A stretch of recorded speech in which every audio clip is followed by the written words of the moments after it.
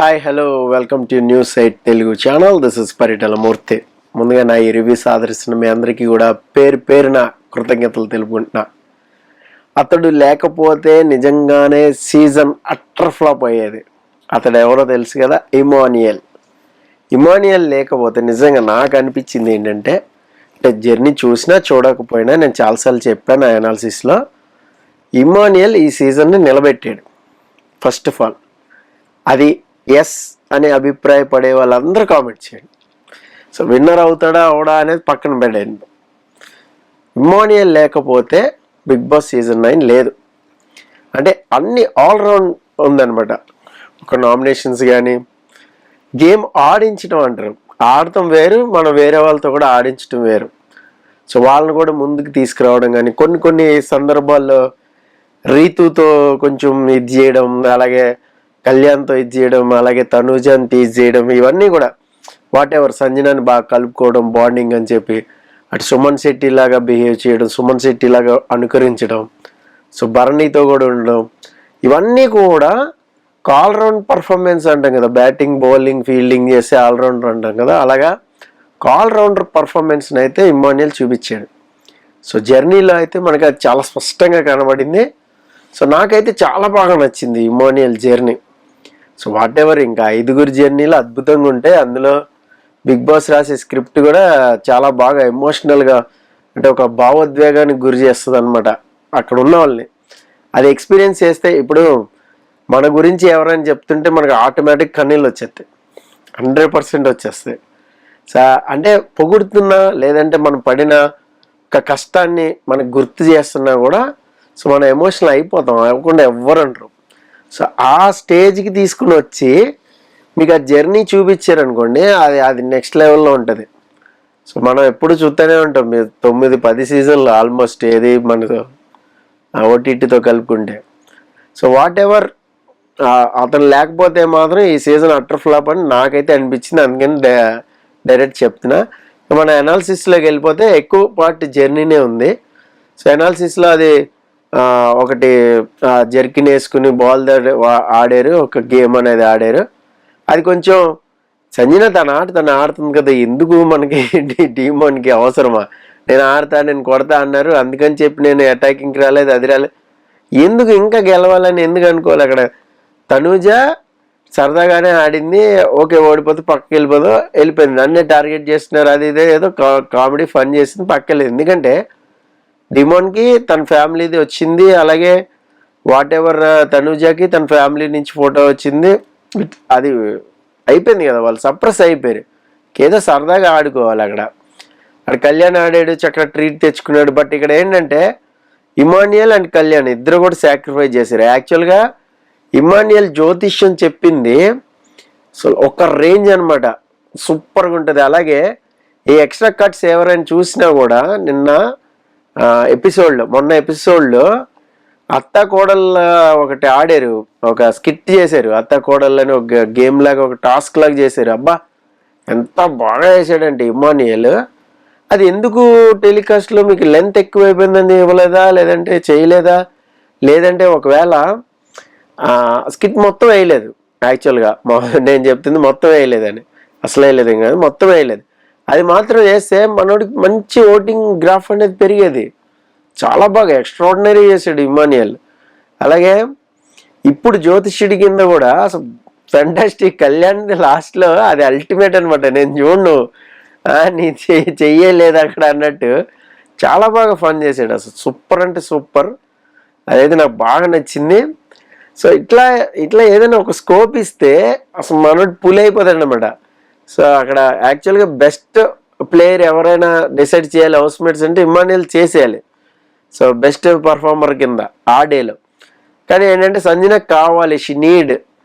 So డెస్పరేట్గా ఉంది పాప, ఆడిందని ఇక్కడ కళ్యాణ్ అన్నాడు, ఇమానియల్ ఓటేసాడు. సో సంజనకి ఇచ్చారు. సో సంజన వాళ్ళ సిస్టర్ ఇమానియల్ పొగిడింది. అసలు మనోడు ఒక రేంజ్కి వెళ్ళిపోయాడు. సో ఆ తర్వాత జర్నీలో చూస్తుంటే ఎక్కువ శాతం సంజనాది ఇమానియల్ది చాలా బాగా నడిచింది ఆ బాండింగ్ అనేది. అంటే తెలియకుండానే అలా డేస్ ఆన్ వెళ్ళిపోయినాయి, పాస్ అయిపోయినాయి.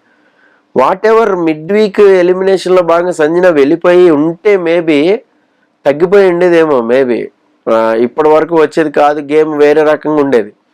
ఇప్పుడు రీతు లేకపోతే పవన్ కలర్స్ ఏదైతే ఉందో అది ఆట అనేది చూపెడుతున్నాడు కదా. సో జ్యోతిష్యంలో చెప్పింది అది హాస్యానికైనా కూడా ఇంత నిజం అనేది ఉంటుంది, వాస్తవం అనేది ఉంటుంది. ఏమన్నాడు, ఫైర్ స్టామ్ వచ్చినప్పుడే రీతు వెళ్ళిపోయి ఉంటే నువ్వు ఇంకా బాగా గేమ్లో ఇన్వాల్వ్ అయ్యాడు కదరా అన్నాడు. అది నిజం. సో ఎంతసేపు అక్కడక్కడ చట్టాలు తిరిగి చాలామంది నిన్న ఒక మెసేజ్ పెట్టారు, నేను కామెంట్స్లో చదివాను. ఏమండి తన గేమ్ తను ఆడితే ఆడాలనుకోవడం తప్ప అంటున్నారు చాలామంది యూత్. మేబీ మీ వయసు ఎంత ఉంటుందో నాకు తెలియదు, కానీ చాలామంది ఏమనుకుంటారంటే యూత్, అవును ఆడాలనుకున్నాడు తప్పేంటి అనుకుంటారు. తప్పేం లేదు, నువ్వు ఆడించాలనుకుంటావు కదా, అక్కడ నీకు మార్కులు ఎక్కువ పడతాయి. నువ్వే ఆడాలి, నేనే దూసుకుని వెళ్ళిపోవాలి, ఈ ట్రీట్ నాకే రావాలి, ఆ ట్రీట్ నాకే రావాలి, ఈ మెసేజ్లు నాకే రావాలి, పక్కన ఇంకా నలుగురు ఉన్నారు కదా, ఫినాలే వీక్ కదా. You enjoy your self. నువ్వు ఇప్పటి వరకు ఆడావు కదా, టాప్ 5 వరకు వచ్చావు, ఎనఫ్. నిన్ను విన్నర్ చేయాలంటే ఆడియన్స్ కరెక్ట్గా ఈ వారంలో నువ్వు ఆడిన టాస్క్ని చూసి మరీ వేయరు. అక్కడ ఆల్రెడీ నువ్వు ఓవరాల్ జర్నీని చూసేస్తారు ఓట్ అనేది. ఆ మాత్రం సెన్స్ అనేది చేయలేడా. అలాగే కావాలని పుల్ చేసినట్టు 2-3 డైలాగులు వేస్తే, అంటే నీ మాస్టర్ బ్రెయిన్ ఎవరికి అర్థం కాదు, ఎనాలిసిస్ చేసే వాళ్ళకి కానీ లేదంటే చూసే వాళ్ళకి కానీ అర్థం కాదు అనుకుంటే అది పొరపాటు.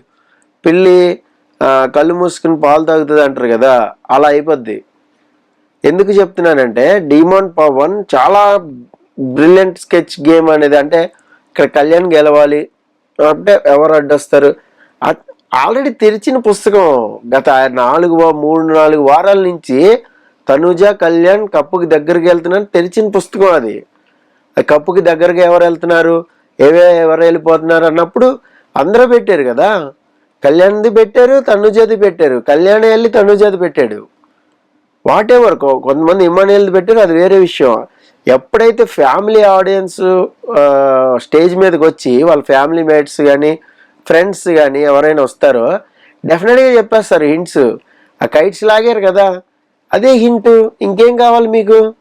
అక్కడ ఎన్నిసార్లు ఉన్నాడు పవన్ డీమాను తెలీదా? మాత్రం విన్నర్ అయిపోతానని కాన్ఫిడెంట్ ఉండొచ్చు, కానీ తెలిసిపోతుంది కదా.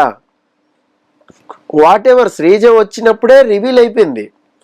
తనుజ గ్రాఫ్ పెరుగుతుంది, కళ్యాణ్కి పడింది, చాలా క్లియర్గా చెప్పారు. కానీ ఇప్పుడు సినారియో ఏమైంది? నిజంగా మనం మాట్లాడుకుంటే కళ్యాణ్కి ఎలివేషన్ వచ్చిందే ఫ్యామిలీ వీక్తో.